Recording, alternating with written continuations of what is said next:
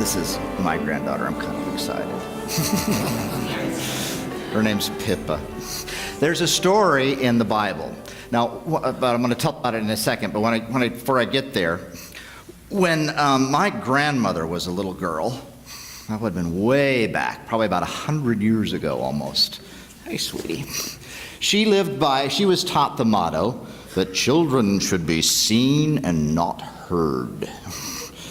And those were the times in which children were kind of not taken very seriously around adults.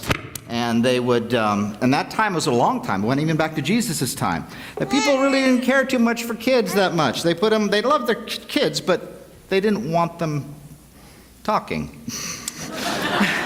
And they weren't to be bothering the adults.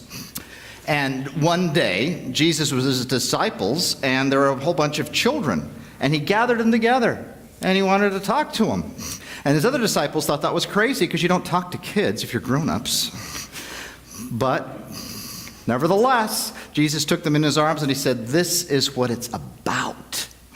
It's about welcoming everybody who feels left out, and it begins sometimes with children. Have you ever felt left out of grown-ups conversations? Yeah. Yeah, and so that's why Jesus made a purposeful statement to make sure to welcome children and everyone, and it's been a model for us today. Let's say a prayer. Loving and gracious God, we thank you for welcoming all of us into your midst and being present for us as we are present to you. In Jesus we pray. Amen. All right. There you go, and Miss Jen is going to lead you. Yep. You too. The first reading this morning is from Matthew 6. No one can be a slave to two masters.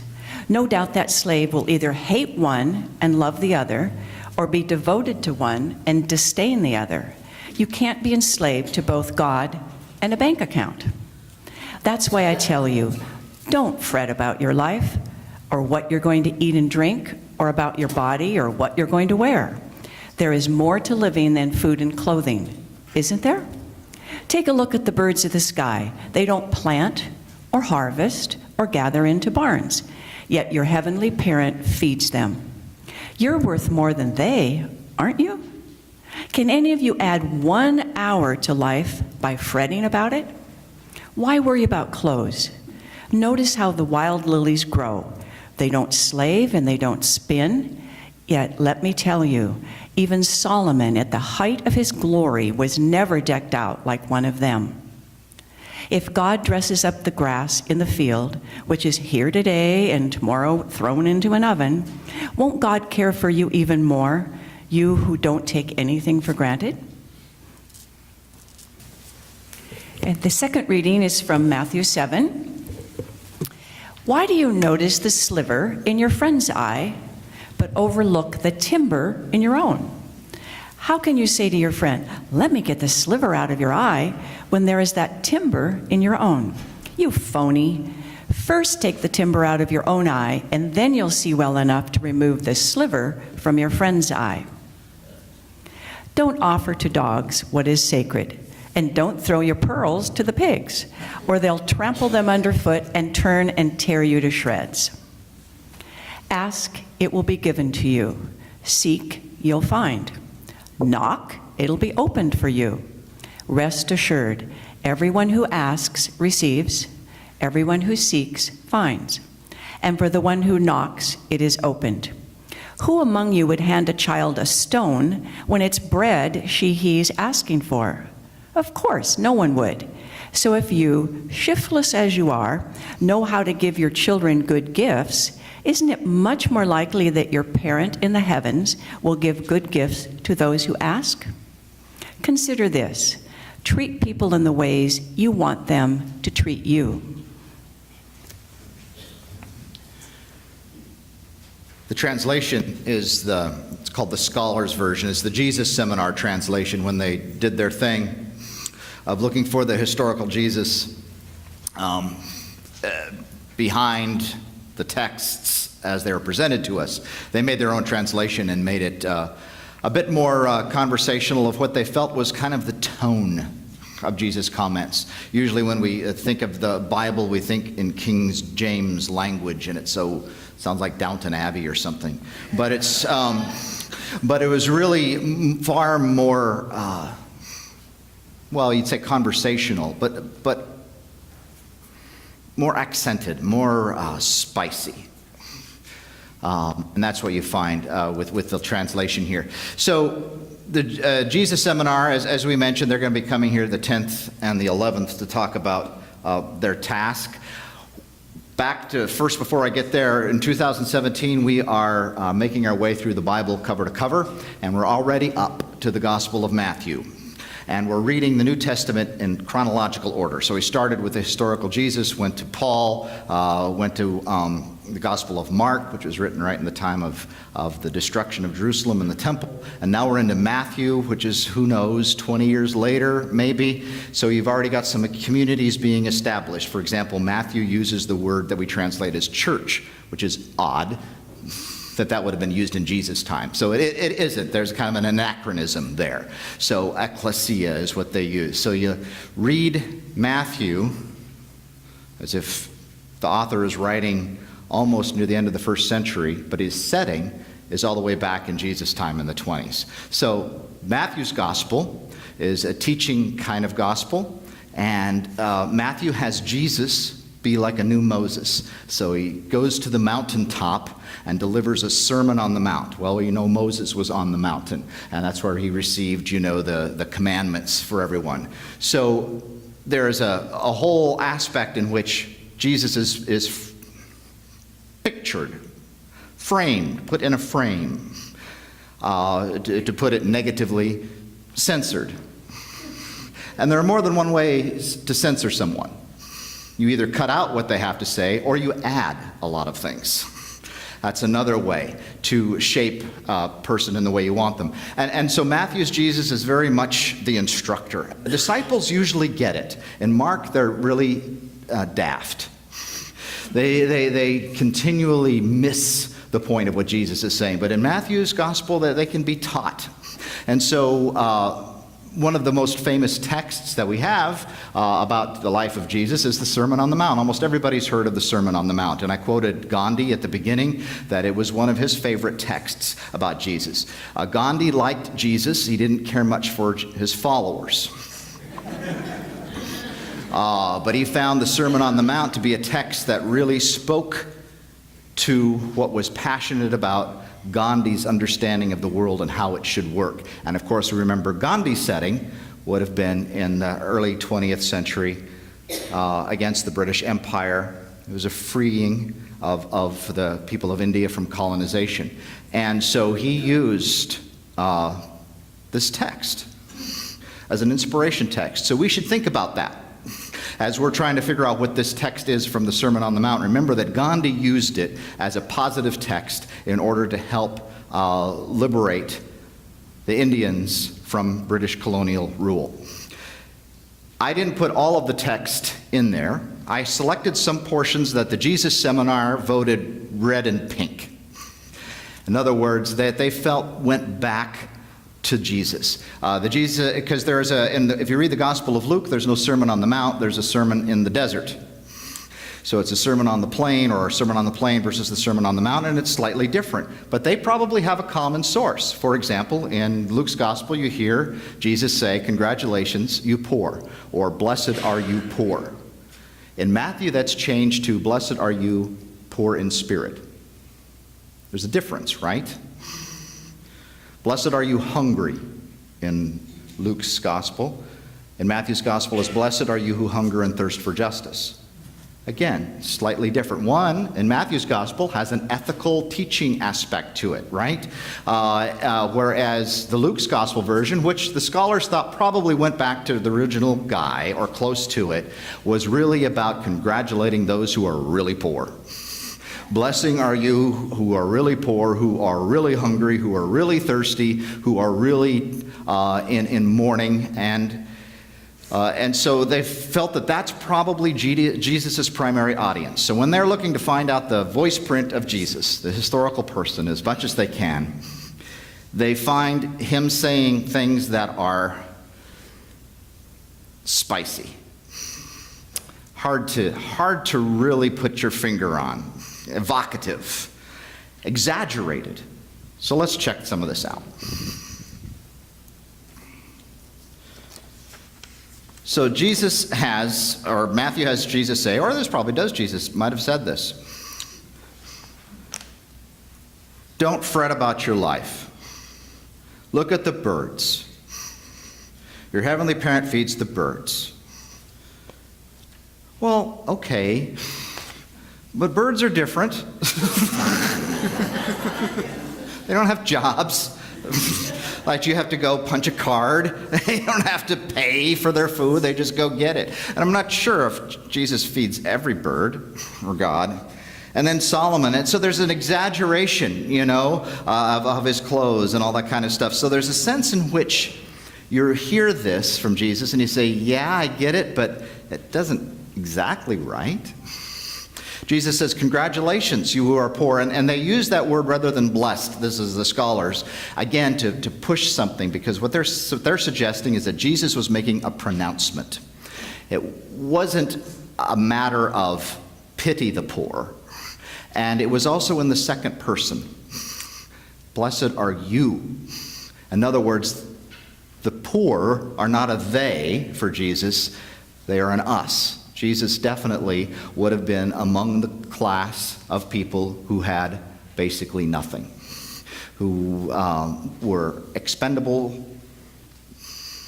on the edge, and that would have counted for probably 90% of the folks in that time, 80 to 90%. And so Jesus was definitely one of what he would call poor. And he says, congratulations. Because what I think this text is about, and why Ghandi appreciated it so much, and the reason I kind of selected these pink ones, is that it's what you call resistance literature. It's how do you claim your humanity? How do you resist? How do you exist in an empire that is stacked against you? And it most certainly was stacked against him. If there's anything we forget always about Jesus, is that he was executed by the empire as a criminal. We forget that. And so what does that mean, to live always within imperial settings? For example, Ghandi in Britain in the early 20th century. So this is resistance literature, and the first thing you want to do when you are inspiring people to liberate themselves is you tell them you're a human being. You congratulate their humanity. You say you are worth being liberated. You are worth liberating yourselves. That's why they call those parades in June pride parades, right? Because the opposite of pride is shame. But the idea is no. Congratulations, you're queer. That's what that was about. And it is claiming your humanity, because if you don't have that, there's no liberation that's going to happen at all. No one can do anything for us until we decide that we are human enough to deserve being treated as human beings. So that's the one. So when Jesus is saying, congratulations, you are hungry, congratulations, you are poor, he's making a statement. He's saying you are valuable. And that's how this revolution, this resistance is going to begin. And then he has to lead into the next part, because right after that is the risk. Because if we take this on, if we take on the cause of liberation, we may lose whatever job we have. And so Jesus says, no one can be a slave to two masters. You'll hate one and love the other. Remember the socialist guy in the early 20th century? He's about the same age as my grandfather. He was born in 1878. Upton Sinclair. He ran for governor of California in 1935. And his book there was called I, Candidate for Governor, and How I Got Licked. He didn't win, by the way, Upton Sinclair. But he got a famous quote out of that. And it's a quote that's often been repeated. I kind of like it, and it reminded me of this quote here. No one can be a slave to two masters. You'll either hate one or love the other, devoted to one to disdain the other. You can't be enslaved to God and a bank account. Upton Sinclair said, "It's difficult to get a man to understand something when his salary depends on his not understanding it." That was a famous quote that he gave back then. And at that time, he was criticizing the media because they didn't take seriously his ideas for old age pensions and other progressive reforms that he was going about. But that is, I think, a great commentary or a great illustration of Jesus' thing. You can't serve two masters, one or the other. But when you actually start to realize that, when you say, I'm going to take that seriously for myself, to live for something higher than my salary, I'm going to look deeper than what my salary pays me not to look at, then it's risky. Then you do have to start worrying about what you're going to eat and what you're going to wear. And so that's why Jesus goes right from there into this one where it says, don't worry about what you're going to eat. You got to live life as if you're a bird, even if it doesn't feel like it. You got to live your life as if you're a flower in the field. You've got to trust your instincts. You've got to trust your spirit. And that's, again, when we talk about coming out month, which is October, and coming out day, you've got to be able to risk whatever it takes to come out and be yourself as a human being. And whatever your social situation is in regards to that. So then it moves to this next place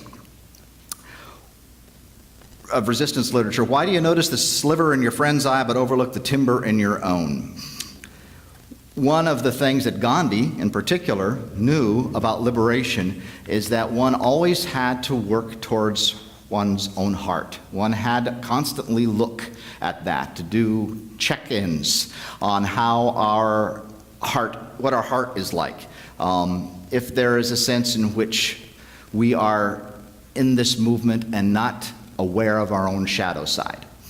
We're not aware of our own shortcomings. We're not aware of the things that bring us and others down about our personality. So you couldn't be a part of the liberation movement if you had a lot of animosity and hatred that was unresolved within you toward whoever you felt was oppressing you.